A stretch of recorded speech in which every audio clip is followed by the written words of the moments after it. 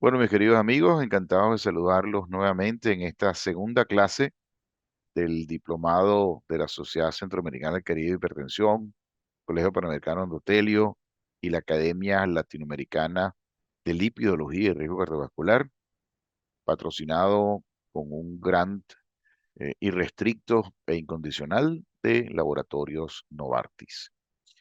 Bueno, la clase primera fue muy interesante, hubo gran cantidad de preguntas. Espero que en esta segunda sesión también el- todos los alumnos que están entrando puedan satisfacer sus necesidades de conocimiento y puedan responder a todas sus dudas. La clase de hoy es una clase muy interesante. Antes de presentarla, quiero recordarles que tienen hasta el día 14 para responder el pretest. Es importante que lo hagan todos para que al final, cuando se vuelva a responder, hagamos una evaluación de cómo ha sido el conocimiento. Eso va a servir no solo para evaluarlos a ustedes como alumnos, sino evaluarlos a nosotros como profesores y al curso en general, y poder de esa manera aprender todos y mejorar nuestra manera de transmitir el conocimiento. También es importante que el correo que se les envió tengan en cuenta el número telefónico, que es el call center, el del departamento técnico de la plataforma Full Learning para cualquier duda de conexión o cualquier otra situación que ocurra en el momento, se comuniquen a través de WhatsApp por ese teléfono y lo más rápido posible se responderán todas sus dudas y todas sus inquietudes. De la misma manera, recordar que de aquí en adelante, martes y jueves, se van a transmitir las 7 sesiones y al final haremos nuevamente la evaluación y posteriormente les entregaremos el certificado.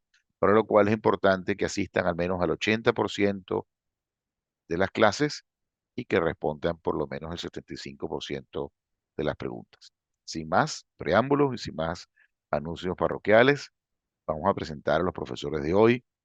En la primera conferencia, muy importante, que es un poco aclarar la duda en todo este panorama, todo este partículas proaterogénicas que ya evaluamos en la clase anterior: colesterol LDL, no HDL, ApoB, LPA, cuál debemos medir, cuál debemos tratar, cuál debe ser nuestra prioridad.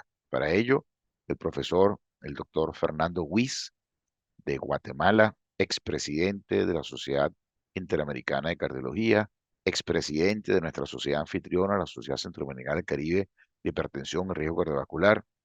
Es una persona con una amplia experiencia en riesgo cardiovascular, miembro de SIAC-Prevent, ha publicado gran cantidad de artículos y ha participado en innumerables investigaciones sobre prevención cardiovascular y dislipidemia. La segunda clase, el profesor, el doctor Joffre Lara, que nos visita desde Guayaquil, Ecuador, expresidente del Colegio Panamericano de Endotelio y la Sociedad Ecuatoriana de Cardiología, una persona con amplísima experiencia y un don de la docencia. El profesor Lara nos va a conversar sobre la lipoproteína A, qué es, cómo se sintetiza, cómo está determinada genéticamente o ambientalmente, nos lo va a aclarar, cuál es el riesgo de tenerla elevada, cuándo la debemos medir y si efectivamente está elevada, si la debemos tratar o simplemente tratar el colesterol LDL por tener el paciente un riesgo elevado. Y también nos hablará del futuro del tratamiento de la LPA pequeña. Así que sin más introducción, espero que disfruten la clase de hoy y los esperamos para la sesión de preguntas y respuestas y por supuesto para las clases siguientes. Muchísimas gracias por confiar en el Diplomado de Lípidos en Riesgo Cardiovascular de la Sociedad Centroamericana del Caribe de Hipertensión, Colegio Panamericano Endotelio y la Academia Latinoamericana de Lípidos y Prevención Cardiovascular. Con ustedes, la clase de hoy.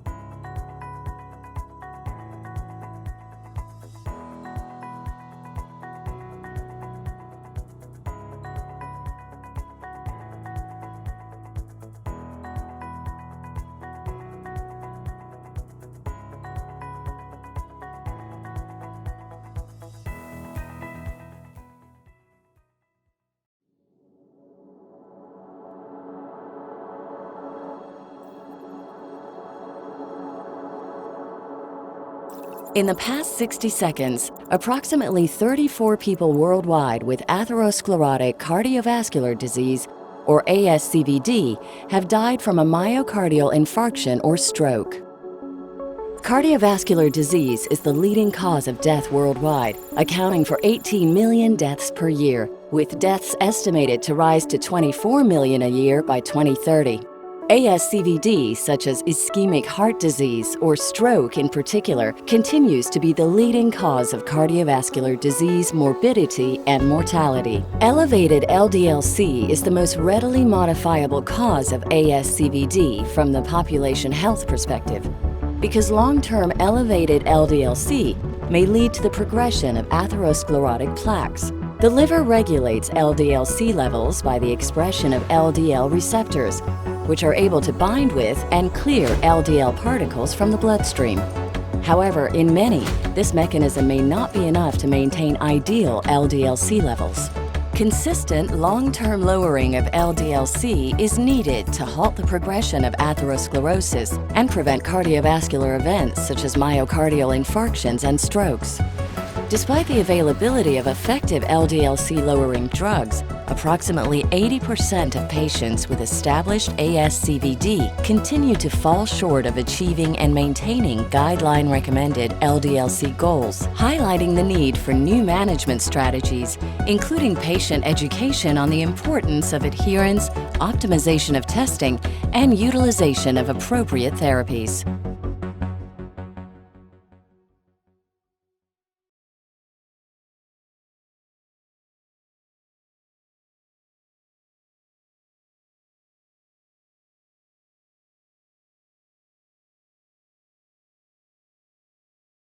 Hola, mi nombre es Fernando Viz, soy el pasado presidente de la Sociedad Interamericana de Cardiología, el pasado presidente de la Sociedad Centroamericana de Hipertensión y miembro de la Asociación Latinoamericana de Lipidología, en conjunto con el Colegio Panamericano del Endotelio. Les damos la bienvenida a este curso de Lipidología 2022.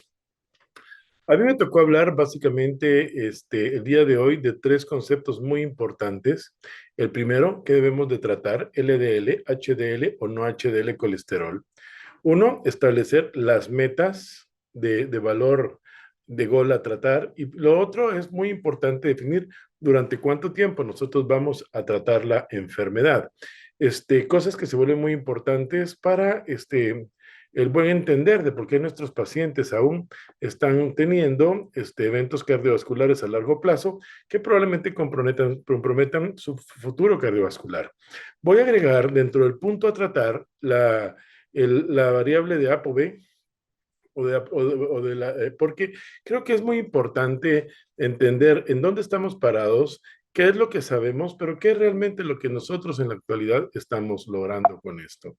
Así que, bueno, yo creo que uno de los mensajes más importantes que las guías nos han dejado durante los últimos años es entender por qué el establecimiento del riesgo cardiovascular.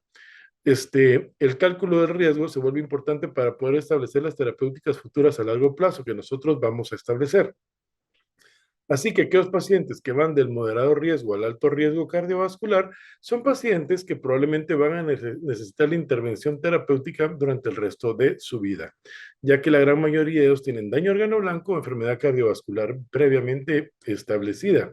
Y esta enfermedad cardiovascular bien establecida hace que el proceso no solamente sea aterosclerótico, sino inflamatorio. Así que contestando la primera pregunta y probablemente entendiendo cuál es la primera de nuestras conclusiones, vamos a decir que sí, efectivamente el tratamiento para la reducción de colesterol y todo lo pleiotrópico y todas las metas que queramos alcanzar va a ser de por vida. Estos son dos escenarios completamente diferentes. Esto es parte de lo publicado en el estudio DISIS en España. Estas son las anormalidades lipídicas que encontramos en la actualidad. Y esta combinación de anormalidades lipídicas se presentan en varios escenarios, la gran mayoría de ellos representados por las metas no alcanzadas, como HDL bajo y triglicéridos elevados, lo que compone la dislipidemia heterogénica, y a lo cual nosotros le vamos a dedicar una buena parte en el presente congreso, y por supuesto a los objetivos no alcanzados de LDL colesterol.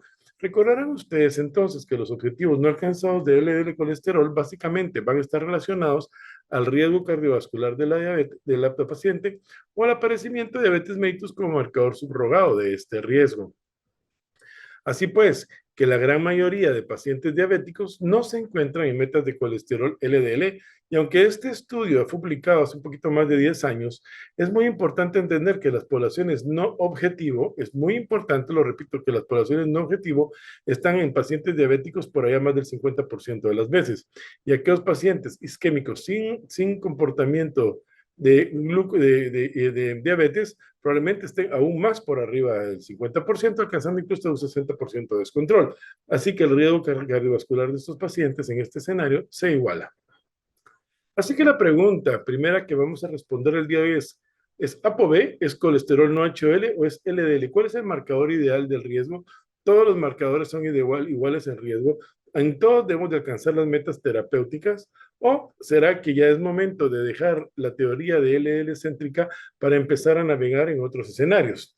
La otra situación que pretendemos reponer hoy es que si nos encontramos realmente en la actualidad de poder decir y poder medir directamente el colesterol no HDL o la lipoproteína B, y poder decir que estos marcadores a largo plazo son los que vamos a utilizar. Y es probablemente aquí donde se enmaraña un poco esta historia. Ok, esta es la trayectoria del colesterol no HDL a través de la vida. Aquí tenemos 3 escenarios diferentes en categorización. Aquí tenemos los pacientes que se encuentran en valores de entre 130 y 159 valor colesterol HDL. Aquí tenemos los pacientes que se encuentran por menos de 130 miligramos por decilitro y aquellos pacientes que se encuentran por arriba de 160 miligramos por decilitro. ¿Qué es lo que hacemos con esta categorización? Establecer un riesgo en la mediana, que es la parte azul que ustedes ven acá de la curva. Y entonces todos aquellos pacientes que se encuentran con un valor por arriba de 160 miligramos por decilitro y colesterol no HL, tienen una sobrevida considerablemente mejor que todos aquellos pacientes que se encuentran en metas. Esto es un escenario que nosotros vemos real para el comportamiento lipídico de todos los pacientes. Por lo tanto, nuestra conclusión aquí sería importante, o sea, pacientes que se encuentran por arriba de 130 miligramos por decilitro de colesterol son pacientes que se encuentran en riesgo cardiovascular, y todos aquellos que se encuentran por arriba de 160 miligramos por decilitro, pues obviamente muestran un discreto riesgo cardiovascular, un aumento mayor de riesgo cardiovascular, demostrando una probabilidad de sobrevida considerablemente menor de los pacientes que se encuentran en meta. Ahora bien, tratemos de hacer esto un poco más sensible a lo que nosotros hacemos en el día a día. Hace un día un paciente me decía, y hablamos del riesgo, del radio de la relación LDL-HDL como predictor de riesgo cardiovascular. Ustedes ya ven que los laboratorios tienden a poner un score asociado a este valor, y este score asociado a este valor establece un riesgo que alarma muchas veces a nuestros pacientes. Cuando ustedes analizan cada uno de los componentes del perfil lipídico, colesterol total, triglicéridos, HDL, LDL, VLDL y no HDL colesterol, el índice y el índice aterosclerótico de la relación LDL-HDL, se van a ver acá que la pregunta obligada es si el establecimiento del riesgo es exactamente el mismo con colesterol no HDL o los demás componentes del sistema con la relación de la variable de ambas mediciones. Y vean ustedes lo que pasa. Da la impresión que al establecer el índice de correlación LDL-HDL colesterol brinda una mayor idea cuando ustedes evalúan la carga aterosclerótica a nivel de la angiografía coronaria. Es este grupo de pacientes a los que ustedes pueden predecir la mayor cantidad de eventos y el menor número de aterosclerosis desde el punto de vista angiográfico medible, desde el punto de vista de cateterismo cardíaco. Así pues que pareciera ser que el índice se encuentra incluso muy por arriba de la valoración del colesterol no HDL. Y cuando ustedes analizan estas curvas de sensibilidad en este estudio ROC, ven ustedes que el índice parece ser mucho más sensible y mucho más específico que la medición aislada de L-colesterol y no HL-colesterol, que en este estudio básicamente representan el mismo escenario dentro de la curva. Así que cuando ustedes esto lo analizan en grupos y este grupo lo comparan con sus controles respectivos, el test del índice de LDL colesterol, HDL colesterol, resulta ser mucho más sensible. Así que esto es bien interesante porque este es un estudio publicado en el British Medical Journal apenas unas semanas atrás. Y vean ustedes cómo desde ya nosotros podemos empezar a definir que las cosas que hacemos en el día a día podrían tener un impacto en el riesgo muy similar a lo que pretendemos como nuevas herramientas desde el punto de vista diagnóstico. Ahora, ¿qué preferimos entonces también comparar? Colesterol no HDL o ApoB. ¿Y cuál sería el target en la prevención de la enfermedad aterosclerótica? Aquí tenemos los targets primarios, obviamente sabemos que es LDL colesterol. Actualmente nuestra meta en aquellos pacientes de muy alto riesgo cardiovascular es menos de 55 miligramos por decilitro, lo que va a equivaler a menos de 85 miligramos por decilitro de colesterol no HDL como target secundario y a menos de 0.65 gramos por litro de ApoB. Y entonces, estos targets van a ir variando con respecto a la intervención. Nosotros en nuestra publicación del año 2020 consideramos que aquellos pacientes de moderado, alto y muy alto riesgo cardiovascular probablemente iban a manejar valores muy similares a los pacientes de muy alto riesgo. ¿Por qué? Porque es hasta por debajo de 55 miligramos por decilitro donde realmente el riesgo residual desaparece. Así que nuestras metas básicamente serían, creo que contestaría la segunda pregunta, menos de 55 miligramos por decilitro, menos de 85 miligramos para el colesterol no HDL y menos de 0.65 gramos por litro para la ApoB. ¿Qué es lo más sensible? Cuando ustedes agarran todo este escenario, aquí tienen tres diferentes tipos de pacientes con tres tipos diferentes de carga de colesterol, todos para un valor de colesterol no HDL de 130 miligramos por decilitro. Vean ustedes cómo el segundo paciente ese pareciera ser un poco más sensible a la presencia de las lipoproteínas. Sin embargo, este comportamiento no es similar en todos los pacientes y probablemente esto dejaría aún por un lado la utilización de este tipo de elementos en la evaluación. Ahora miren ustedes el riesgo. En el escenario 1 es un paciente con un mucho mayor riesgo cardiovascular que los pacientes de los escenarios 2 y 3. Sin embargo, el que tenga el aparecimiento de lipoproteínas en el paciente 2 ve de un riesgo aún mayor. Así que nosotros, para poder establecer a largo plazo una tendencia desde el punto de vista diagnóstico, aquí viene lo complejo, es que tendríamos que saber cuál es el perfil lipídico real de nuestros pacientes, y esto es lo que en la actualidad se vuelve un poquito difícil. Y entonces, ¿qué pasa en los procesos de intervención? Aquí tienen ustedes un paciente en el escenario A con una concentración de LDL después de un año de tratamiento médico, el cual se comparó con placebo. Este es el estudio CARDS. Y vean ustedes cómo los pacientes que recibieron el tratamiento con atorvastatina en el estudio CARS como meta LDL de colesterol también lograron una modificación de la ApoB en este escenario. Por lo tanto, el tratamiento con estatinas justificaría que aunque nosotros no midamos la relación en sangre, el impacto de la terapia farmacológica es adecuado. Y aquí tienen otra vez ustedes la comparación, colesterol no HDL, paciente recibiendo atorvastatina con ApoB, y vean ustedes nuevamente, cuando se compara con placebo, el paciente que recibió atorvastatina en presencia de colesterol no HDL elevado también tuvo la misma intensidad del tratamiento. Así que podríamos decir, respondiendo a la tercera pregunta, sí, efectivamente, con tratamientos a largo plazo, nosotros podríamos obtener reducciones de los valores de colesterol LDL que se vuelven extremadamente significativos. Y vean ustedes aquí, cuando ustedes tienen valores variables y empiezan a ponerse las metas de tratamiento y comparan ApoB con placebo o ApoB con atorvastatina y se ponen diferentes metas desde la de 130 miligramos por decilitro para el paciente sin riesgo cardiovascular hasta la de 70 miligramos o de menos de 55 miligramos en la actualidad para pacientes de muy alto riesgo cardiovascular, la reducción siempre fue buena en los pacientes que no se evaluó directamente los valores de polipoproteína o de colesterol HL, pero recibieron el tratamiento durante este último año. Estos son análisis multivariados para ajustar la calidad de los eventos y vean ustedes nuevamente estos escenarios. En este escenario, que sería el tercero, cuando ustedes tienen ApoB baja, no HL alto y LDL alto, este grupo de pacientes pareciera que tienen una adecuada respuesta al tratamiento farmacológico en todas las causas de mortalidad. Y cuando ustedes analizan la mortalidad por infarto agudo del miocardio, es este grupo de pacientes el que se benefició más a largo plazo de la terapia farmacológica en metas. Así que podríamos decir que finalmente la intervención viene en estas dos vías terapéuticas. Ahora, ¿cuál de los dos refleja realmente el riesgo residual de una mejor manera, mejor que el colesterol LDL? Cuando ustedes analizan entonces escenarios diferentes, aquí tienen todo, en el análisis multivariado todas las causas de mortalidad, estos son más de 13,000 pacientes, infarto agudo al miocardio, evalúan ApoB, colesterol no HDL y colesterol LDL, se van a dar cuenta que la apolipoproteína B es la que mejor tendencia tiene a largo plazo para la identificación de riesgo de los pacientes. Y esta es seguida de la mano del colesterol no HDL, estando muy por arriba de las curvas de colesterol LDL. Ahora, ¿qué es lo que ha pasado en los últimos años? Es que tenemos muchos estudios con tratamientos a base de estatinas que valoraron precisamente este escenario del colesterol no LDL, pero no tenemos estudios ni grandes metaanálisis que valoren esta relación. Por lo tanto, deberíamos de contestar la pregunta tercera es, pero entonces, ¿cuál debemos de utilizar? ¿El no HDL, el HDL o el LDL colesterol? La respuesta es sencilla. Nuestros mejores marcadores son apolipoproteína B y no HDL en ese orden, y por supuesto seguido de LDL colesterol. Ahora, desde el punto de vista terapéutico, esto es una realidad, veamos qué sucede.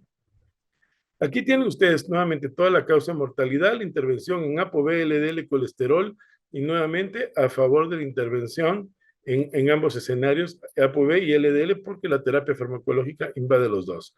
No HDL con una menor sensibilidad y LDL, perdón, con una menor sensibilidad en la intervención en mortalidad y por supuesto no HDL con una mucho mejor intervención en mortalidad, inclusive cuando se comparó con ApoB. Si ustedes analizan infarto o el miocardio, nuevamente más a favor de ApoB contra LDL, sale de manera muy similar, aunque se separa del 1, el colesterol no HDL, y el mejor escenario fue la reducción de ambos escenarios con la reducción de ApoB y no HDL colesterol. Nuevamente, estos son análisis multivariados, categorizando entonces tratamientos discordantes y concordantes de la enfermedad cardiovascular y no enfermedad cardiovascular.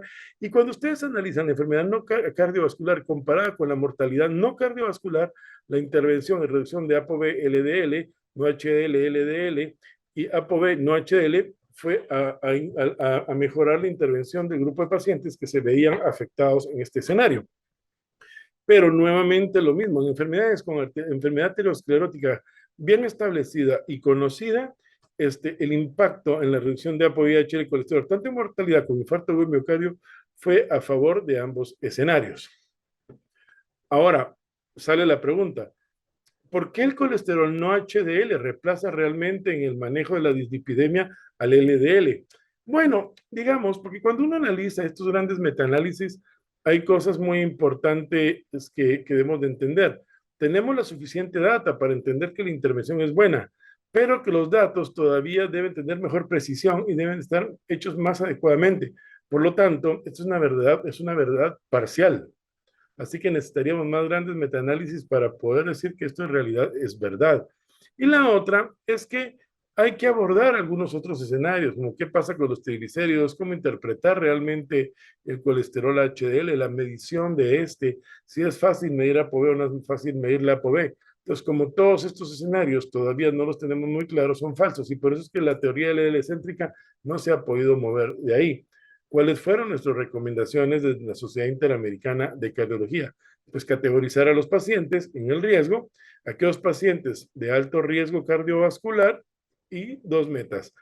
Pacientes de alto riesgo cardiovascular con LDL menos de 70 miligramos por decilitro y no HDL con menos de 100 miligramos por decilitro, pero pacientes de muy alto riesgo cardiovascular o diabéticos deben de estar por debajo de 55 miligramos por decilitro como un gol estándar para poder mejorar el futuro cardiovascular a largo plazo.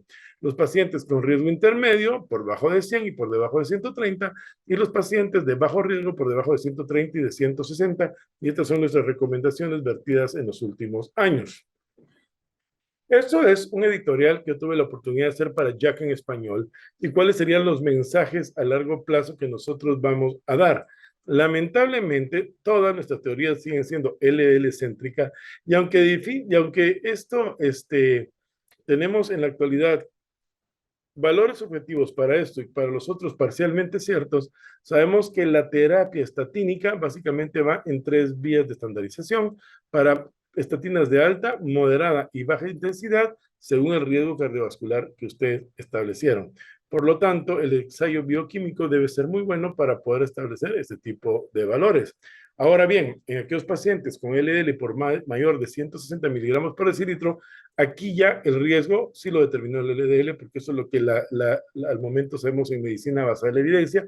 Sin embargo, y digo el sin embargo, porque pacientes con síndrome metabólico, ojo, dislipidemia heterogénica, enfermedad renal crónica, historia preeclampsia, menopausia prematura y trastornos inflamatorios crónicos,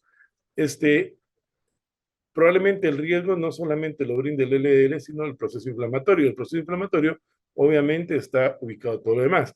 Pero además hacemos mucha referencia a este escenario a la parte de la lipoproteína B y a la proteína C reactiva para poder entender que se va inclinando la balanza a ese lado de la curva. ¿Cuáles son las recomendaciones de la Sociedad Europea? Aún pacientes con alto riesgo cardiovascular, la reducción del LDL tiene un nivel de evidencia 1A, y esto sigue siendo hasta el día de hoy probablemente la línea terapéutica que nosotros vamos a seguir. Y dependiendo del escenario, el nivel de evidencia puede ir cambiando, pero siempre seguimos siendo parte de la teoría LDL céntrica.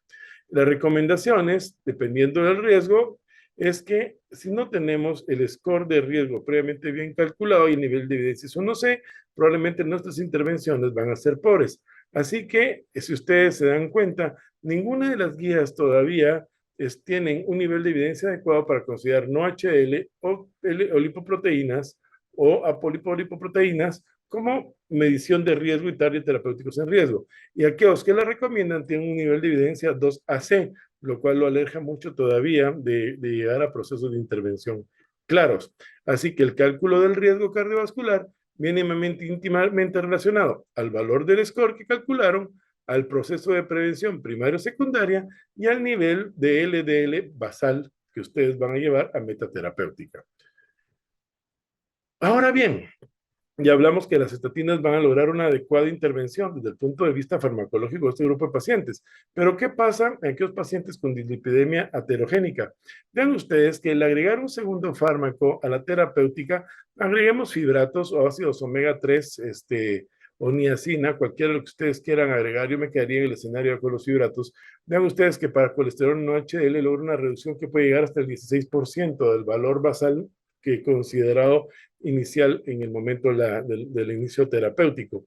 Y esto va a disminuir a través del agonismo de la actividad PPAR-alfa, la ApoC, la lipoproteína lipasa y los triglicéridos libres plasmáticos. Así que yo creo que el decir terapias farmacológicas combinadas, como lo vamos a ver ya en las últimas diapositivas, puede ser el futuro del tratamiento en pacientes que consideremos a NOACH y ApoB como marcadores de riesgo cardiovascular.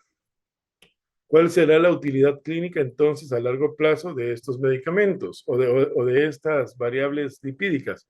Bueno, sabemos que la reducción del LDL llega hasta 42% cuando se inicia la terapia con estatinas, el del colesterol no HDL hasta la reducción de un 39% y de la ApoB hasta de un 33%. Así que la respuesta es sí, todos son metas terapéuticas, todos sin excepción alguna, porque implícitamente sabemos que esta reducción existe con la terapia farmacológica. ¿Por cuánto tiempo lo vamos a mantener? Pues este paciente crónicamente inflamado en alto riesgo terminará tomando los medicamentos toda la vida. Ya con el paciente en tratamiento, ¿cuál sería el porcentaje de la población que va a alcanzar las metas? Vean cómo es interesante que indirectamente el 54.8% de los pacientes que toman una estatina alcanzan metas más rápidamente para reducción de ApoB, lo que justificaría en la otra línea que utilizar el tratamiento a largo plazo para estos pacientes también trae de la mano reducciones mayores en lo que consideramos ahora el marcador más importante de riesgo cardiovascular. Vamos a las conclusiones y mensajes finales. Nuestra recomendación sigue siendo que el cálculo de riesgo cardiometabólico es importante y lo gradamos con un nivel de evidencia 1A. O sea que no podemos dar tratamientos sin que tengamos claro hacia dónde vamos. Que el LDL colesterol tiene una meta que nosotros estamos sugiriendo y aquellos pacientes de muy alto riesgo cardiovascular es de menos de 55 miligramos por decilitro o al menos la reducción del 50% del valor de colesterol LDL. pero recordando que hay que reducir hasta 85 miligramos por decilitro el colesterol no HDL, y esto lo dejamos como un nivel de evidencia 1A. En dislipidemia heterogénica es el mismo proceso de intervención, nivel de evidencia 1A.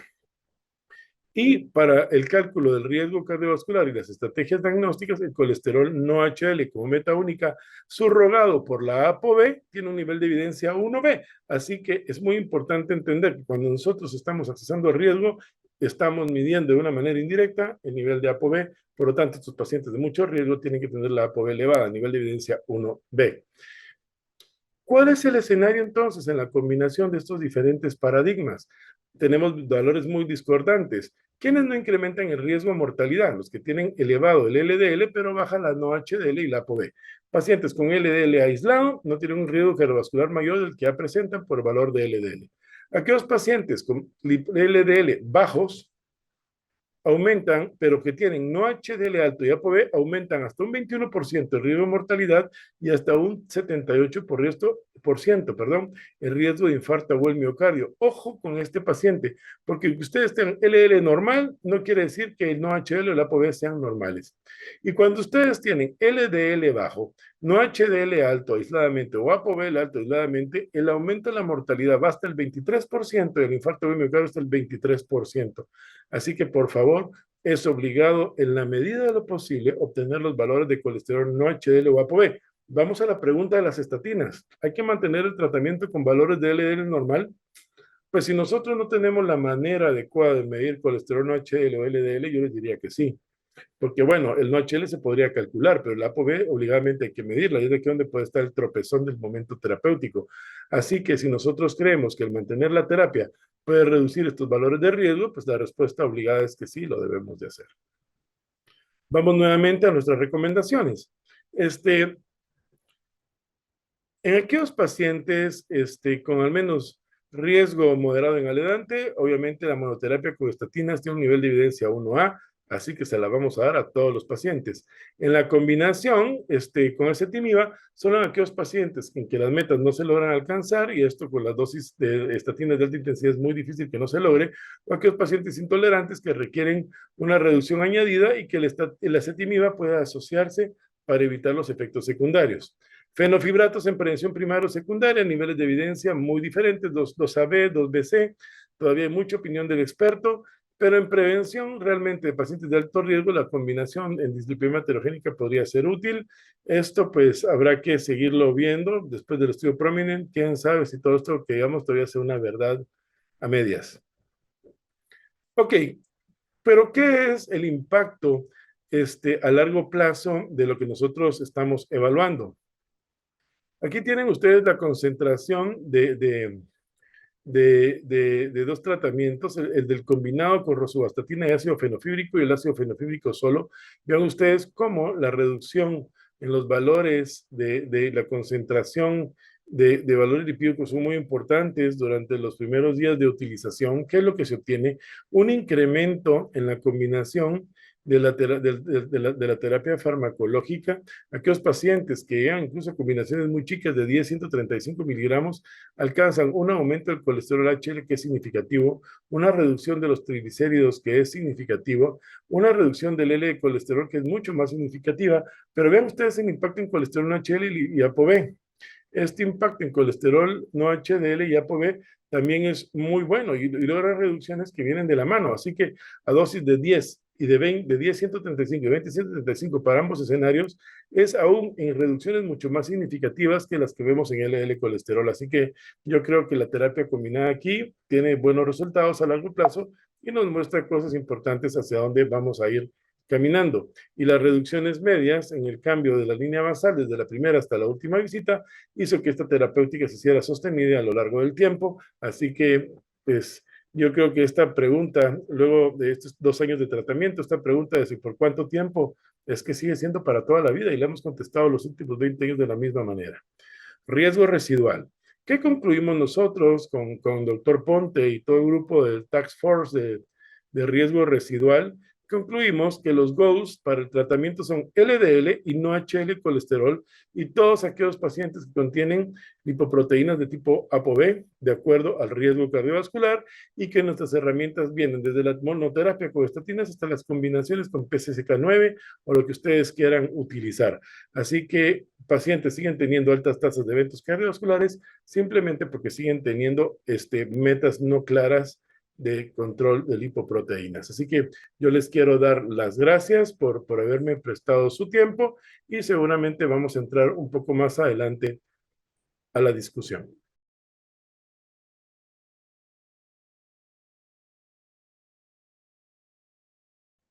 En primer lugar, deseo agradecer a los organizadores de este diplomado de lípidos y riesgo cardiovascular, una visión al futuro, por haberme invitado para discutir con ustedes el tema de la LPA, marcador o factor de riesgo. Debemos tratarla, ¿por qué y con qué?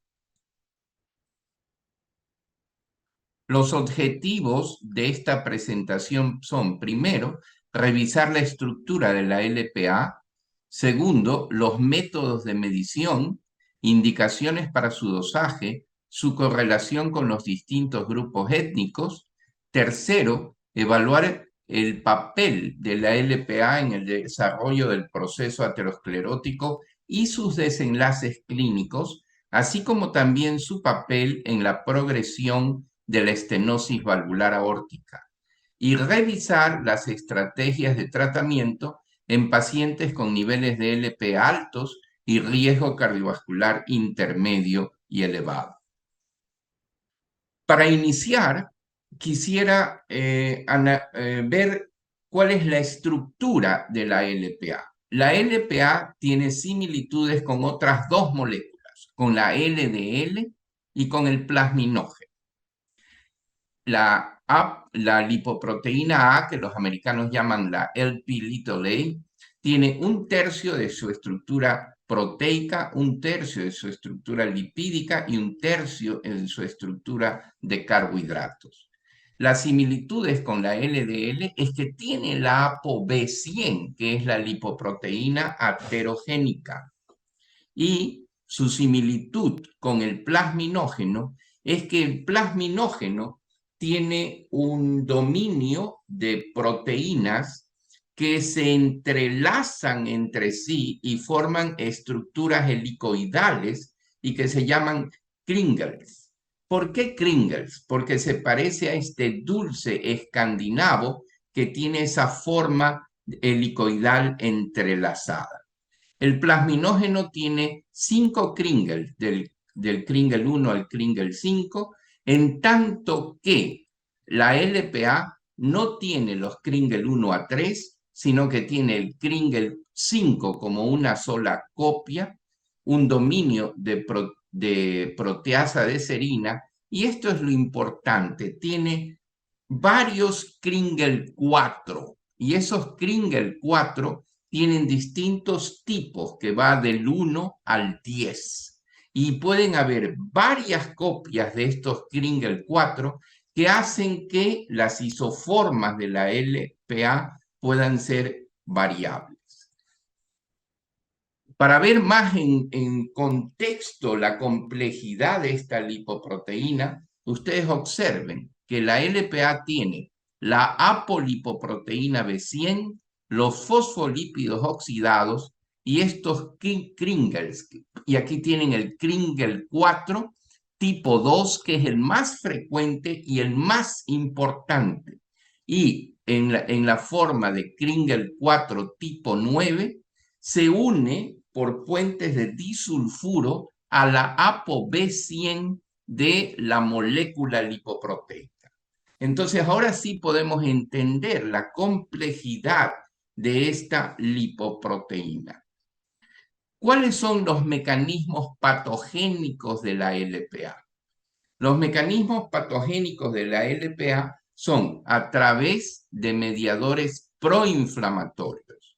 Los fosfolípidos oxidados de la LPA permiten que esta lipoproteína, al transmigrar a la íntima de la pared vascular sea captado por los macrófagos y estos expresen interleucina 8, liberen citoquinas, produzcan proteínas quimiotácticas monocitarias y los fosfolípidos oxidados promuevan inflamación dentro de la pared vascular. La LPA tiene residuos de lisina. Estos residuos de lisina se van a unir a las células endoteliales disfuncionales, permitiendo que la célula endotelial aumente la expresión de las moléculas de adhesión.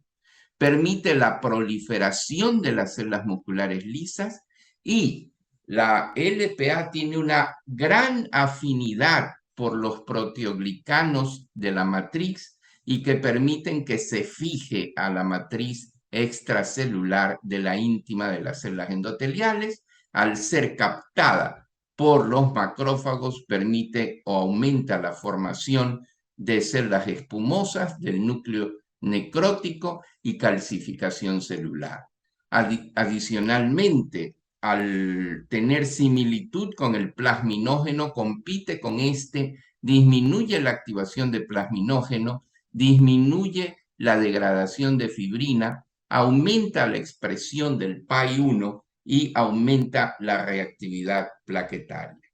Esta LPA está controlada su producción a nivel del brazo largo del cromosoma 6. Y la producción de LPA es genéticamente determinada. Es el factor de riesgo monogénico más importante en el proceso de aterosclerosis.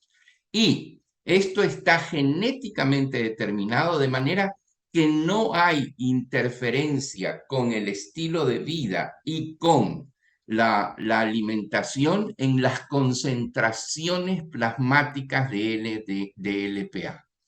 Por otro lado, la LPA no se adhiere significativamente a los receptores de LDL, lo cual hace que su permanencia en el plasma sea más alto y la transforma en una lipoproteína muy heterogénica.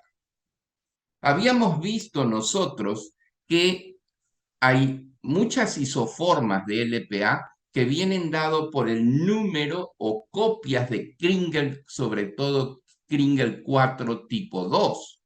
Y vemos que cuando el número de copias de estos Kringle es bajo, la concentración molar de LPA es mayor. Esto tenemos que observarlo y se ve en todos los grupos raciales.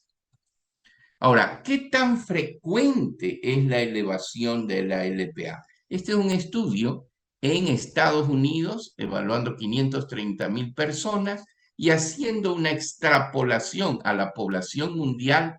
Es importante entender que 1.4 billones de personas en el mundo tienen niveles de LPA alto. Aquí tienen ustedes la representación y el porcentaje de pacientes con los distintos niveles de LPA. De manera que el 20 a 30% de la población tiene niveles de LPA por encima de los rangos considerados normales. Ahora, ¿cuál es la evidencia de que la LPA es un factor de riesgo genético causal e independiente para enfermedad cardiovascular? Podemos ver en todos estos grupos de estudios, en los estudios de metaanálisis, de randomización mendeliana y en los estudios genómicos, que a medida que aumenta las concentraciones plasmáticas de LPA por arriba de 50, ustedes ven que el riesgo aquí aumenta prácticamente en un 30% el riesgo relativo de infarto miocárdico no fatal y muerte coronaria con estas elevaciones. Y esto se observa en todos estos tipos de estudios de randomización mendeliana genómicos, de manera que existe una relación de causalidad entre la LPA y el riesgo cardiovascular. Ahora, este riesgo cardiovascular de la LPA se presenta aun cuando los niveles de LDL sean normales? Veamos ustedes. Aquí tenemos distintos niveles de LDL y voy a enfatizar en esta columna niveles de LDL de menos de 70 miligramos y vemos que cuando agrupamos a los pacientes por terciles de LPA, los que tienen el tercil más alto tienen un significativo aumento en muerte por enfermedades cardiovasculares, a pesar de que la LDL es baja. Y esto no solamente se ve por muerte cardiovascular, sino también en relación con muerte por enfermedad coronaria, estratificados de la misma forma, con LDL bajo y terciles altos de LPA y muerte por todas las causas. De manera que podemos concluir que aún en pacientes con LDL de menos de 70, los terciles altos de LPA exponen a desenlaces duros de enfermedades cardiovasculares. Con respecto a la relación que hay entre LPA y la etnia, los pacientes de raza negra suelen tener niveles más altos de LPA. Le siguen los de raza blanca y los hispánicos. Y nosotros podemos ver esto acá, en estas diferencias isoformas de ApoA, valores de LPA y eventos cardiovasculares. Aquí tienen eventos cardiovasculares en afroamericanos que tienen un nivel de LPA más alto, mientras más alto el riesgo es mayor. De manera que en todos los grupos étnicos se sigue repitiendo esta relación de causalidad. Ahora, ¿qué sucede en los estudios en que se analizan o se utilizan estatinas para reducir el riesgo cardiovascular? Aquí tienen ustedes Langenheim y los otros. ¿Qué encontramos? Que a pesar de que los niveles de LDL, por ejemplo, en el estudio Einheim, estén en 65 miligramos por decilitro, el grupo que está en el cuarto cuartil de LPA, más de 50 miligramos por decilitro, aumenta el riesgo relativo casi en un 60% de aumento del riesgo relativo. Y cuando vemos todos los estudios de estatinas, esto se repite, de manera que hay un riesgo residual que es explicado en estos estudios por los niveles de LPA. La LPA, por lo tanto, forma parte de todo ese riesgo lipídico residual del que tanto hemos hablado.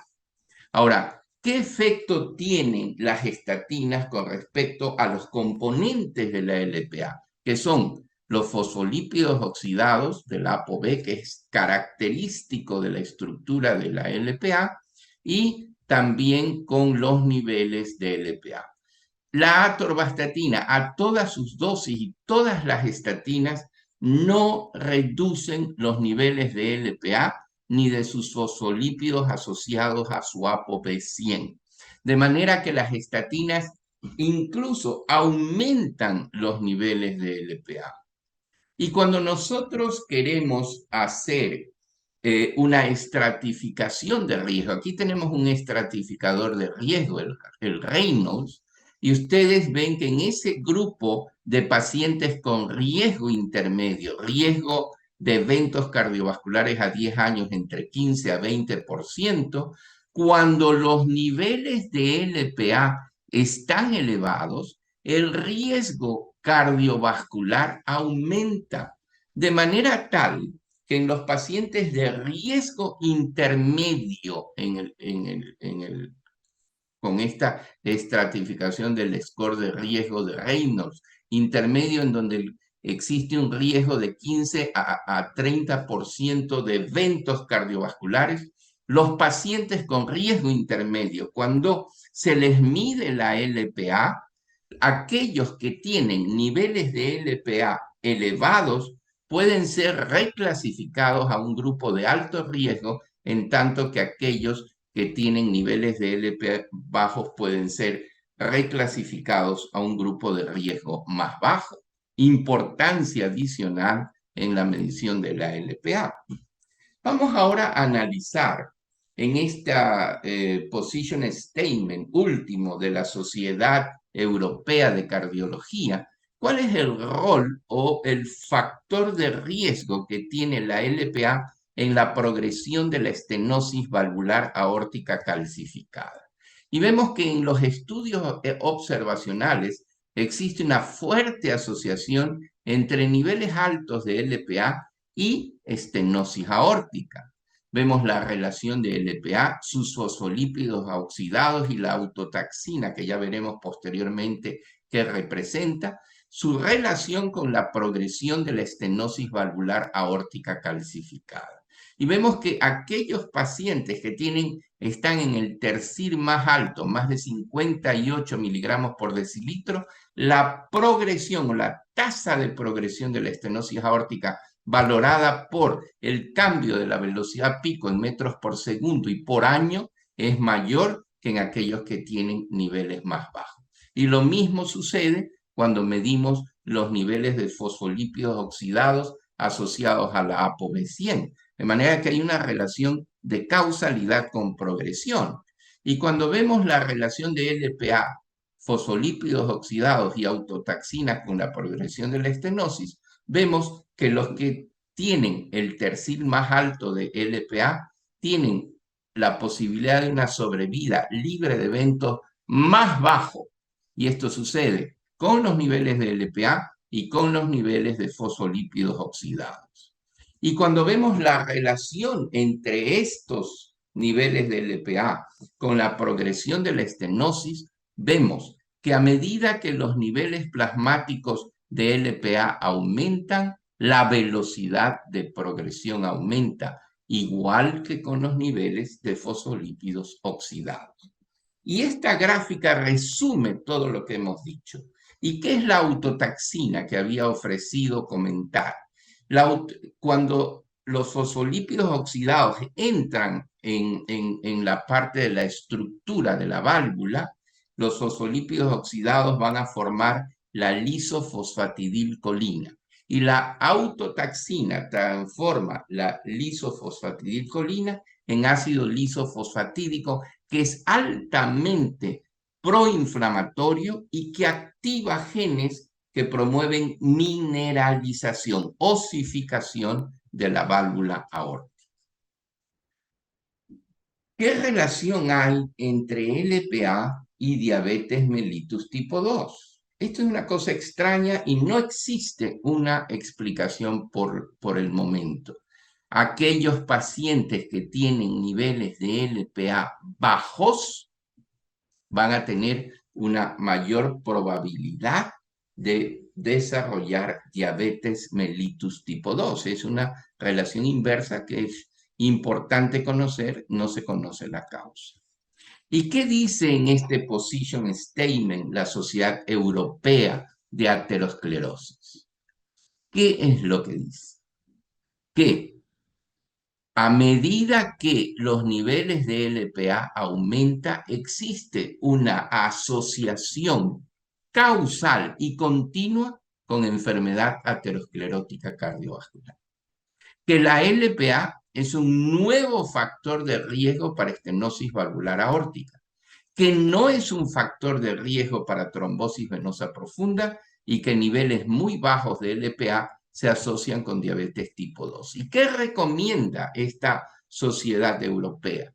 Que la LPA debe de medirse por lo menos una vez en los adultos, que la interpretación de las concentraciones de LPA deben de hacerse en el contexto del riesgo absoluto global cardiovascular del individuo, que aquellos pacientes que tienen LPA alta tienen que intensificarse el control de otros factores de riesgo como LDL y presión arterial, y que en el horizonte están apareciendo, como vamos a ver pronto, medicamentos que son capaces de reducir directamente los niveles de LPA. ¿Cuáles son esos medicamentos? Son los oligonucleótidos antisentido, que van a disminuir la producción hepática de ApoA. y también los inhibidores del RNA mensajero para que se forme la apolipoproteína A.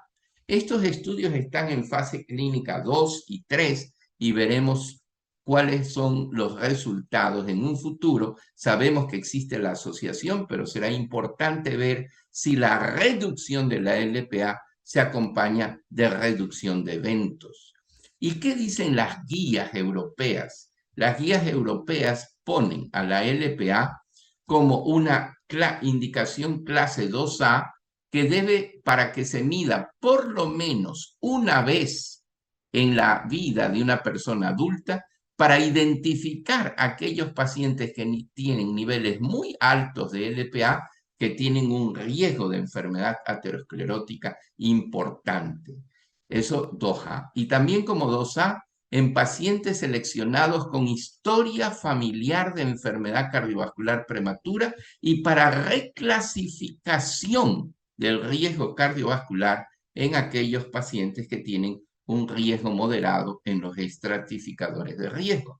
Podríamos adicionar también para evaluar la velocidad de progresión de la estenosis valvular aórtica. Recomendaciones similares hace la Sociedad Cardiovascular Canadiense de Lípidos en sus guías. De manera que como mensaje final podemos concluir que esta lipoproteína, la LPA, el Lp(a), que forma parte de las no HDL y por lo tanto riesgo lipídico residual, es un factor de riesgo lipídico causal emergente que cada vez más debemos considerar en la estratificación del riesgo del paciente aterosclerótico y en la progresión de la estenosis valvular aórtica calcificada. Estas son las referencias que yo sugiero revisar en este diplomado y les agradezco mucho por su atención a esta presentación. Muchas gracias. La primera pregunta la hace el doctor Juan Fernando Calles. ¿Qué diferencia hay entre la no HDL y la ApoB fuera de que esta mide mejor las diferentes partículas? Bueno, digamos, hablar de diferencias fuera de la medición del riesgo, yo te diría que ninguna en general. Lo que tenemos claro en el caso del no HDL es que es mucho más accesible en su acceso a la medición, y ApoB se vuelve más difícil en algunos otros países. Desde el punto de vista de soporte de riesgo, yo te diría que para fines prácticos no existe una gran diferencia. Yo no sé si tú opinas diferente, yo.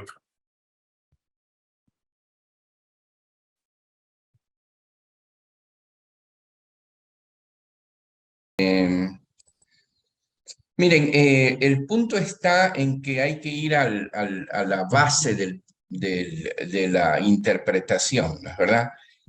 Todas las lipoproteínas que tengan ApoB100 son aterogénicas. No, heterogéneas. Todas. Entonces la pregunta es, si yo puedo medir, y cada vez hay más tendencia a eso, la medición de la ApoB está estandarizada, o sea que nosotros podemos tener valores estandarizados en la respuesta para poder medirla, y no son caras. En Guayaquil, Ecuador, nosotros disponemos de la posibilidad de medir ApoB confiable. No voy a decir que el laboratorio por obvias razones, pero y cuando uno analiza el costo realmente anda entre 30 o 40 dólares. Entonces la pregunta es, ¿realmente, sobre todo en esos pacientes que los tengo en puntos intermedios? Porque si es de muy alto riesgo, yo ya sé. Si es de muy bajo riesgo también. El problema, como todo en la vida, es no lo blanco y lo negro, sino los tonos de grises. Y en ese grupo de pacientes yo sí creo que idealmente hay que medir la ApoB, y que no es que son diferentes, sino que la ApoB me va a decir todo el número de partículas que son aterogénicas, ¿no es verdad? Fíjate, Jofre, que digamos, por ejemplo, aquí en Centroamérica no tenemos tanto acceso a la medición, o sea, es un poquito más difícil. En el caso de la puede ser un poquito más cara acá en Guatemala, lo que hace en Guayaquil, en relación al perfil de lípido básico que te debe costar lo mismo que agregar solo la ApoB. Digamos, hay un estudio por ahí que esta es básicamente una de sus conclusiones, porque qué tan accesible es para uno realmente enviar a hacerla, y es donde hemos encontrado las diferencias finalmente en algunos países de ingresos económicos más bajos. Así que yo estoy totalmente de acuerdo, pero digamos, el cambiar el paradigma de tratar de medir la pobreza te puede hacer de repente tomar esta decisión de decir, bueno, mira, voy a dejar lo demás por fuera, cuando sabemos que los estudios han dicho, es bueno, es un buen marcador, pero bueno, mientras sigamos Lo perfecto es lo enemigo de lo bueno. así es, Lo perfecto es lo ¿verdad? enemigo de lo bueno. Y hay una Ok. cosa interesante, solamente un segundo. En Sí, las cómo no. guías europeas de prevención cardiovascular, ya la meta dejó de ser LDL y ya pasó a ser no HDL. Yo creo que esto es un punto que va direccionando las cosas a una posición menos LDL céntrica. Claro, y de hecho fue nuestra sugerencia, Jofre, ¿te acuerdas en nuestra publicación? Finalmente, en nuestra tabla incluimos la meta de colesterol no HDL pegada a la meta de colesterol LDL para que la gente no olvide que tiene que tratarla de esa forma. Perfecto. Muy bien. Tenemos 3 manos levantadas, pero vamos primero con las preguntas que están por escrito. El doctor Elías Alfaro. ¿Está estandarizadas las mediciones de LPA en los laboratorios de la salubridad pública como parte del control del perfil lipídico? Miren, no, hay un problema muy serio, que es que cuando se miden por radioinmunoensayo los niveles de LPA, se usan anticuerpos, ¿no es verdad? Y entonces, como las LPA pueden tener múltiples copias y múltiples copias del Krinkel 4 tipo 2, ¿qué es lo que sucede? Yo puedo tener una LPA con muchas copias y entonces la medición por radioinmunoensayo que va a involucrar al Krinkel 4 tipo 2 va a hacer que se sobrevalore la concentración. Y si yo tengo una LPA con pocas copias, se subvalore. Entonces, ¿qué están recomendando? Hacer mediciones de anticuerpos para ver la LPA, pero contra el Krinkel 5. ¿Por qué? Porque el Krinkel 5 solo es una copia que tiene la LPA. De manera tal que va a ser más fácil poder estar seguro de que no estoy sobredimensionando ni infradimensionando.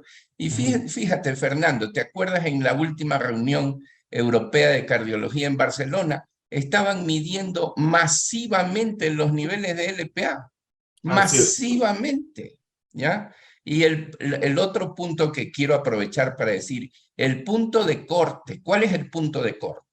Si lo medimos, idealmente debe ser en nanomol, pero ok, en miligramos el riesgo empieza por arriba de 30, pero realmente el punto de corte en las guías lo ponen en 50.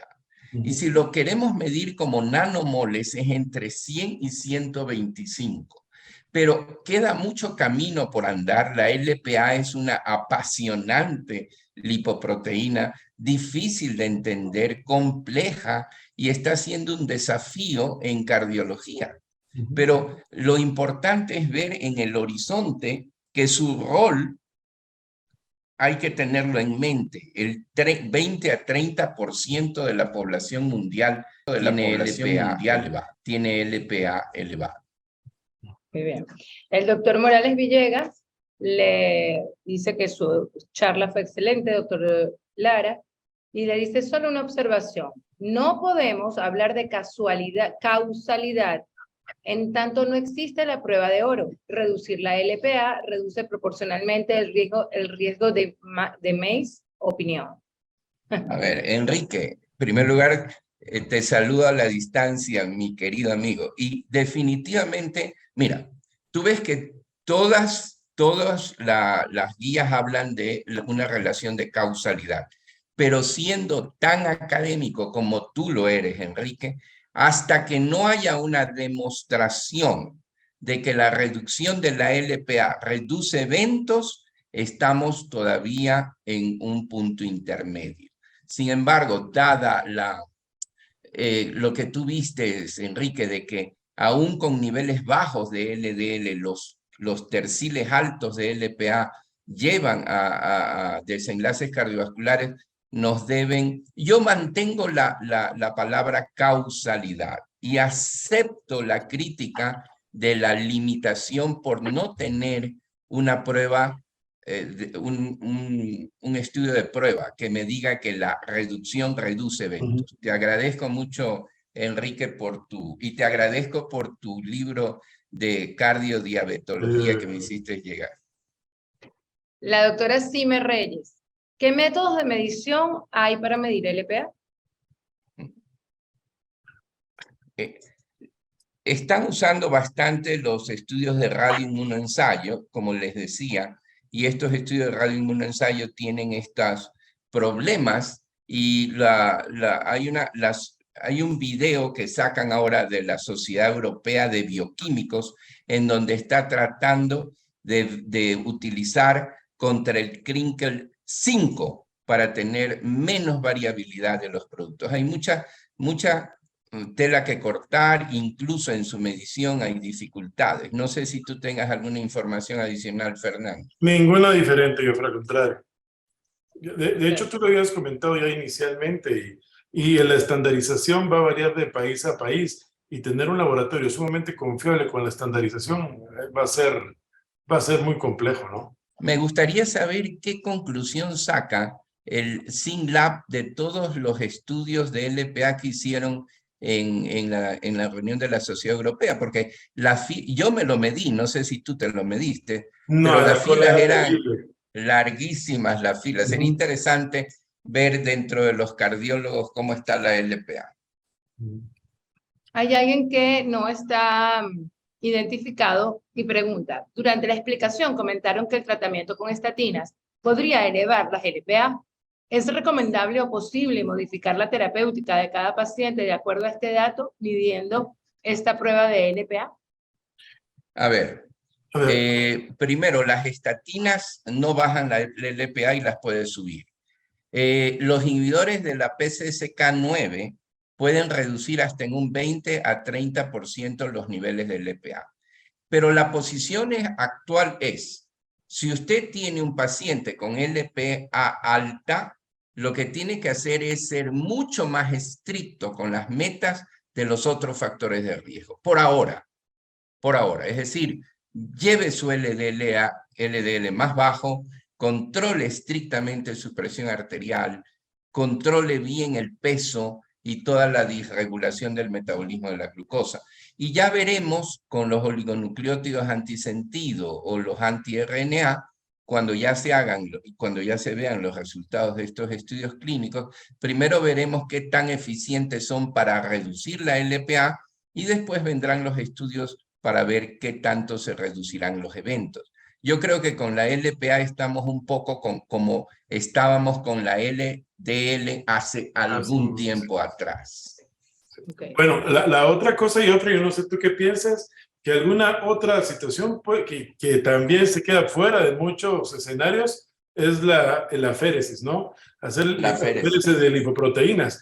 De hecho, fíjate que el otro día discutíamos el caso de un chico paciente de mi esposa que llegó con una dislipidemia terrible y presentamos el caso al grupo de CIAP Prevent Kids con Isabela Bach y con el grupo de expertas. Y entra nuevamente este escenario de la aféresis. Entonces, es lo que tienes, porque lo mandas a hacer ejercicio, no funciona, lo mandas a comer solamente, no funciona, y entonces esto está nebuloso. Yo creo que es el dark side of the moon de la terapia lipemiante. Así que aféresis. Pero yo creo que lo interesante es que abre un camino apasionante en el proceso de investigación lipídica. Sí, totalmente. Okay.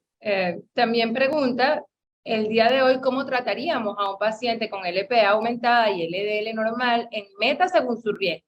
Ya que comenta que las estatinas aumentan la LPA y aún no hay fármacos específicos. Creo que era que comentábamos anteriormente, si tienes LP aumentada y le estás pues, manda la féresis, ¿no? De repente, si en tu país te pueden hacer una féresis, ahí está la opción terapéutica. Si no, pues Mira, no le vas. mira, yo creo sobre todo en esto, hablando de pacientes que he tenido en el último mes.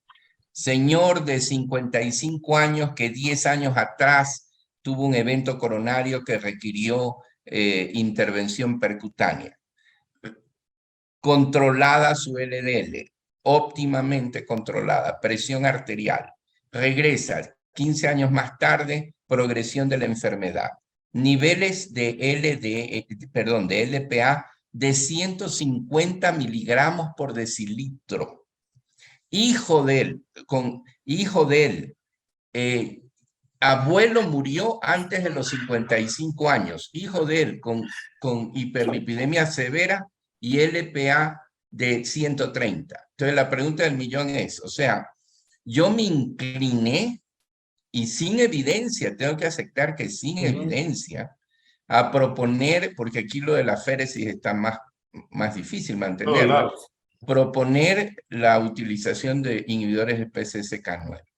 Que si tengo evidencia, no tengo evidencia, pero estoy frente a una familia con un problema muy serio de 3 generaciones, ¿ya? Y en donde yo creo que a lo mejor me va a ayudar la utilización de estos inhibidores de PCSK9. No sé qué opine, Fernando. No, no, totalmente de acuerdo. De hecho, es una de las opciones terapéuticas. Y fíjate que esto lleva a una cuestión incluso más importante, porque estamos muy preocupados preguntando por los niveles de LPA y si le voy a seguir, porque una pregunta por ahí dice, sigo midiendo la prueba. A ver, no hay que hacerse No, mucho. una No, vez en la vida. claro, o sea, tienes enfermedad arterial periférica, infartos o eventos cerebrovasculares en gente joven, por arriba de 55, en hombres o 65 en mujeres, historia familiar, dislipidemia familiar, hipercolesterolemia familiar, incluso en algunos tipos de estenosis aórtica, y ese paciente debe tener LPA elevada. LPA elevado. Así que ojo con esto, ahora es bien importante. La doctora Sandy Rodríguez pregunta si se puede asociar la dieta con el aumento de ApoB o la LPA. Solamente te digo, los factores nutricionales y los factores de estilo de vida no tienen impacto en LPA.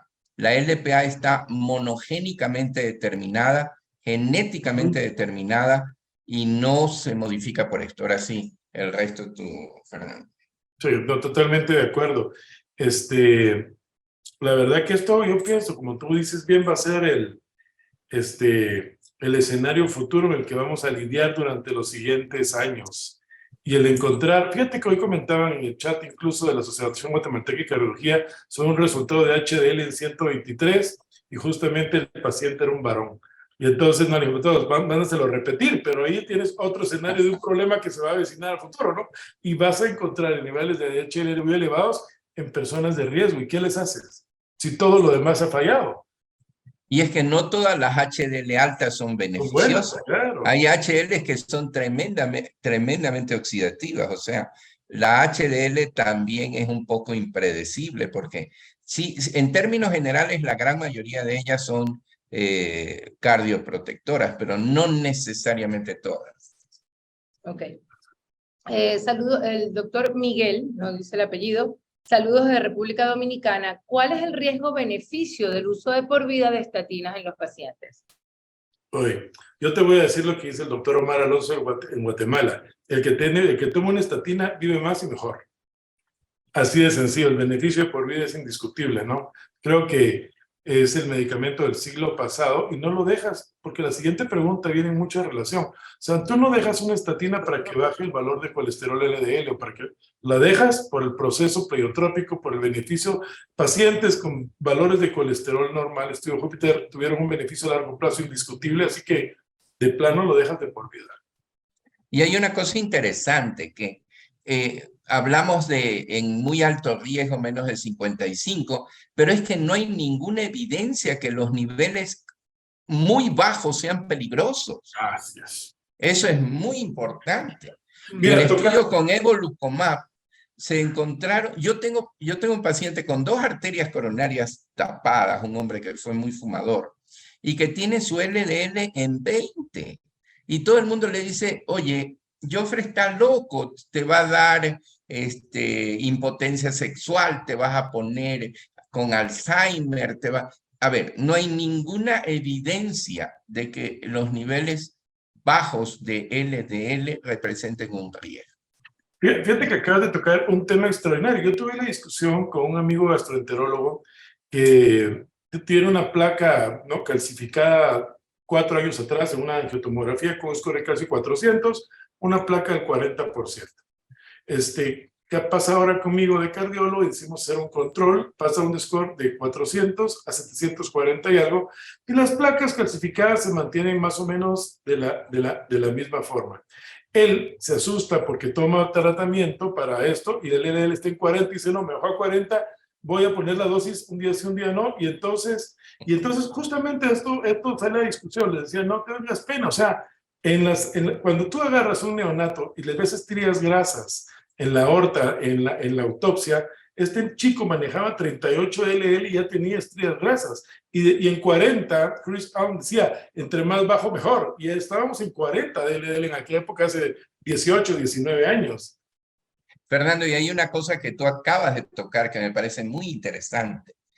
Las estatinas remodelan la placa aterosclerótica. Así es. Y la calcifican. Y esa no es una mala noticia, esa es una buena noticia. Así es. Porque te hace una... Por eso es que no tiene ningún sentido usar score de calcio repetidamente para ir... Eso no tiene sentido. Y si tu score de calcio sube con estatina, date por bien servido, porque tu placa va a ser mucho más estable y vas a tener menos eventos. Así es. La doctora, ya estamos sobre el tiempo, pero bueno, vamos a tratar de responder todas las preguntas que tenemos todavía.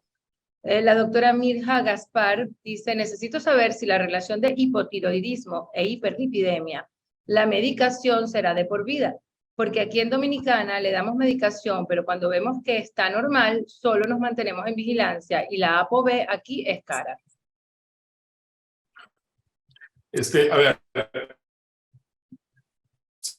hipotiroidismo, el paciente metabólicamente va a estar mal, ¿no? Y sobre todo si lo tienes controlado. Pero es la misma respuesta, o sea, dale la medicación de por vida. Ahora recuérdense que las estatinas hay de baja, moderada y alta intensidad. Y tú vas a dejar la intensidad de la estatina dependiendo de lo que quieres lograr. Paciente controlado, quieres controlar el proceso inflamatorio, necesitas ya una estatina de mantenimiento, utiliza 10 miligramos de una estatina de baja intensidad y vas a tener buenos controles a largo plazo.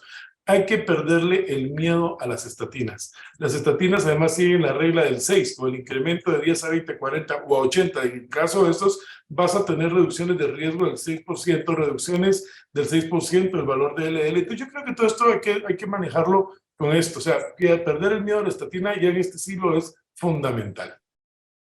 Ok. La doctora Génesis de Valdés, de República Dominicana, dice, si las estatinas no son efectivas en la elevación de LPA, ¿cuál sería el tratamiento? No, ya lo contestamos anteriormente. Ya lo contestaron. Sí. Ya está contestado. Y el doctor Machín dice, siempre las ApoB van ligadas a obesidad o diabetes.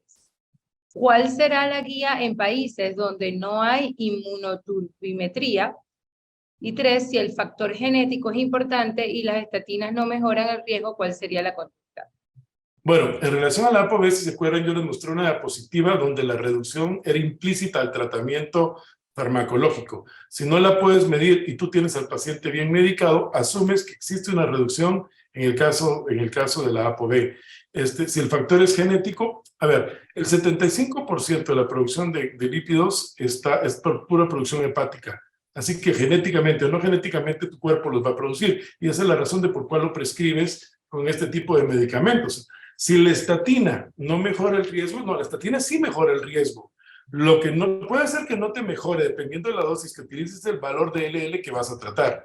Así que si tú tienes 20 miligramos y no logras el riesgo con roso, pasa a 40 de roso. Si tienes 40 de atorva y no mejoras el riesgo, pasas a 80. Sí, adelante. Hay un punto que es importante, que tú acabas de decir. La mayoría del LDL que llega al intestino no viene de la dieta, viene de la vía biliar. Pero aquí viene un punto que vale la pena. nosotros más o menos absorbemos el 50% del colesterol que llega al intestino, pero hay hiperabsorbedores y hay Así es, hipoabsorbedores. así es, así es. Entonces, si tú tienes un paciente que es un hiperabsorbedor, probablemente no te responda tanto a la estatina y necesitas asociarlo con ezetimibe. Y esa asociación va a ser interesante. Por otro lado, se activan mecanismos contrarregulatorios. Si yo disminuyo absorción, el hígado aumenta producción. ¿Sí me explico? De manera que no debemos de olvidarnos de nuestro aliado ezetimibe, que es importantísimo en el manejo de la dislipidemia aterogénica. Mira, hay una publicación extraordinaria. El día que yo conocí a Paola Barletta en una actividad de lípidos hace 20 años, justo acaba de ser publicado un artículo sobre hiperabsorbedores y ella me lo pasó. Prometo buscarlo, porque es un artículo viejo, pero extraordinario, justo para explicar lo que tú tienes. Así que si lo encontramos, se lo subimos al curso. Muy bien. La doctora Gaspar dice, la LPA, incluso los cardiólogos no veo que la indican. Para mí esto es muy importante en este diplomado. Luego dice el doctor Rigoberto Marcano. Lo felicita por las charlas. Me angustia el tema de los triglicéridos. Aquí en Venezuela es fácil medir HDL y no HDL. No se le presta mucha atención a los triglicéridos como parte del riesgo, pero presta mucha atención, pero son parte de todas las lipoproteínas que están dentro del gran saco de no HDL. ¿Qué importancia le da el panel a los triglicéridos? Rigoberto, ¿cómo estás? Un fuerte abrazo hasta Venezuela. Qué gusto saber de ti. Mira, nosotros tocamos el tema precisamente en el documento de dislipidemia aterogénica. Recuérdate que esto es precisamente uno de los componentes de la dislipidemia aterogénica, HDL bajo y triglicéridos elevados. Por supuesto, para nosotros fue un tema muy importante y fue la razón por la que lo abordamos. Pero ahora con la publicación del estudio Prominent, esto nos hace regresar un poco más. Yo te diría, en mi caso, en mi experiencia, en mi caso particular, yo pacientes con dislipidemia aterogénica sí los abordo. Hace mucho tiempo era la indicación de la terapia combinada con ácido fenofíbrico y rosuvastatina, ahora podría ser la opción. Y por supuesto es algo que tenemos presente nosotros como cardiólogos todo el tiempo. No sé si, Jofre, tú piensas diferente. Mira, yo creo que los triglicéridos son, como dicen los americanos, bystanders. ¿Sí me explico? Son los chismosos del barrio, ¿sí? Ellos per se no son el problema, porque si tú ves los estudios con fibratos para reducir eventos asociados a estatinas no dieron resultados muy importantes, ¿ya? Lo que te está diciendo los triglicéridos altos es que estás teniendo lipoproteínas enriquecidas en triglicéridos. Y el problema sigue siendo las ApoB. Y siguen siendo las ApoB. De manera que los triglicéridos altos es para mí, yo no creo que sean un promotor. Para mí es un factor asociado a. Pero es básicamente por esto que te comento. ¿Qué opinas, Fernando? Pues sí, la verdad que sí. Lo que pasa es que como marcador de riesgo, a la larga, si tú lo tomas como riesgo aterogénico, sigue estando ahí y esta gente sigue haciendo eventos. O sea, pues sí, yo creo que no hay que descuidarlos y pienso que algo te están diciendo tal cual tú lo estás En el diciendo. estudio Reduce It, yo creo que tenemos que, si yo tengo metas logradas de LDL y sigo con triglicéridos altos, hay evidencia de que usando ese tipo de omegas se redujeron los eventos, ¿sí? Ok, el doctor Manuel Villegas dice que esos pacientes son candidatos ideales para incluirse en estudios de olpasiran y pelacarsen. La doctora Alejandra Carrión, en pacientes oncológicos que se mantienen en tratamiento con inhibidores de aromatasa, letrozol o moduladores selectivos de los receptores de estrógeno, tamoxifeno, y presentan efectos adversos de dislipidemias marcadas con colesterol y LDL elevado, que no se dispone posibilidad de medir la LPA, ¿las metas y tratamientos se mantendrían iguales? Qué buena pregunta. Yo diría que sí, o sea, sí, o sea, a ver, los inhibidores de aromatasa se dan mucho en cáncer de mama con receptores estrogénicos positivos. Y hoy por hoy, la terapia con anticuerpos monoclonales contra el HER2, o sea, el trastuzumab, y los moduladores estrogénicos han cambiado el concepto y ya se considera a estas condiciones como enfermedades crónicas. Yo no sé si los oncólogos sean muy optimistas o no, pero definitivamente la manipulación a nivel hormonal va a promover dislipidemia y esto va a promover aterosclerosis. La pregunta que nos hacíamos antes era, si tengo un cáncer de mama metastásico, ¿me debo de preocupar de la aterosclerosis? La respuesta es sí, porque en algunas mujeres puedo prolongar la vida y crear un problema aterosclerótico como resultado de eso. No sé qué opina, Fernando. Totalmente de acuerdo. Mira, también yo te diría, dependiente el cáncer de mama, ¿qué será? Yo no soy oncólogo, pero el 90% probablemente son reversibles y recuperables. Así que son pacientes que igual, y son mujeres que van a estar en riesgo. El ajuste de la dosis es importante. O sea, acuérdate que nosotros no suspendemos medicamentos, los llevamos a la dosis inmediata anterior. Así que la recomendación, yo te diría, podría ser esta. No suspendas el medicamento, lleva la dosis. Tienes 40 y tienes problemas, pásalo a 20. Igual tú necesitas manejar ese riesgo.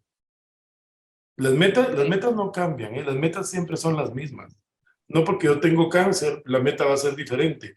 Y esto es en todo, o sea, no porque tengo 80 años o tengo 18, mi meta de hipertensión es diferente. Yo puedo tomar consideraciones específicas, pero no cambian las metas. Cuando cambian las metas, eso se llama riesgo residual. Ok, la doctora Reyes dice 2 consultas. ¿Cuándo está indicada la aféresis en LPA? Si no sabemos si disminuir la LPA disminuye los eventos. ¿Y qué valor tiene el estudio genético de la LPA alta? Creo que eso ya lo plantearon, ¿no? Pero de todas maneras. Y más o menos está planteado, sí, ya está pero planteado. se pueden hacer estudios genéticos, pero la pregunta es, en la diapositiva que presenté, los metaanálisis, los estudios genómicos y todos los estudios concuerdan en explicar esto. Y estoy de acuerdo, mientras no haya una evidencia de que bajando la reduzca eventos, siempre va a haber ahí una interrogación. Pero si yo tengo un paciente, miren, si yo tengo un paciente que tiene eventos coronarios, que está en metas, que estoy en las topes y sigue teniendo eventos, pues a lo mejor aféresis, pero yo le digo, yo no conozco ningún caso de aféresis por LPA que se haya indicado, por lo menos en el Ecuador. Yo no sé tú, Fernando, pero... No, ninguno. Que la aféresis la baja, pero no sé qué tan... Que baje, sí. ¿Y cuánto? Mira, es como el HDL, todo falla, hace ejercicio. Los deportistas de alto rendimiento aumentan el 10% del valor de HDL medido. Si tienes 23, vas a aumentar 2.3 miligramos y vas a ser un maratonista de alto. No tenemos estudios, o sea, no existe. Y al menos yo no los conozco.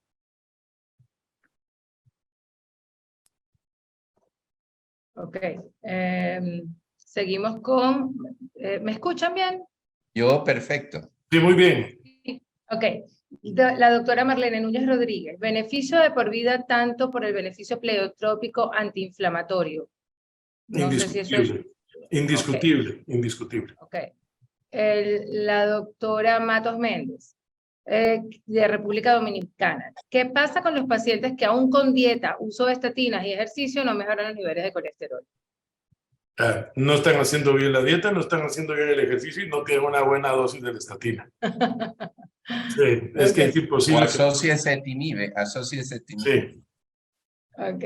Doctor Carlos Alonso tiene 2 preguntas. Como médico de atención primaria, ¿es suficiente limitar mis intervenciones a alcanzar la meta de LDL y no HDL o debería ir más allá?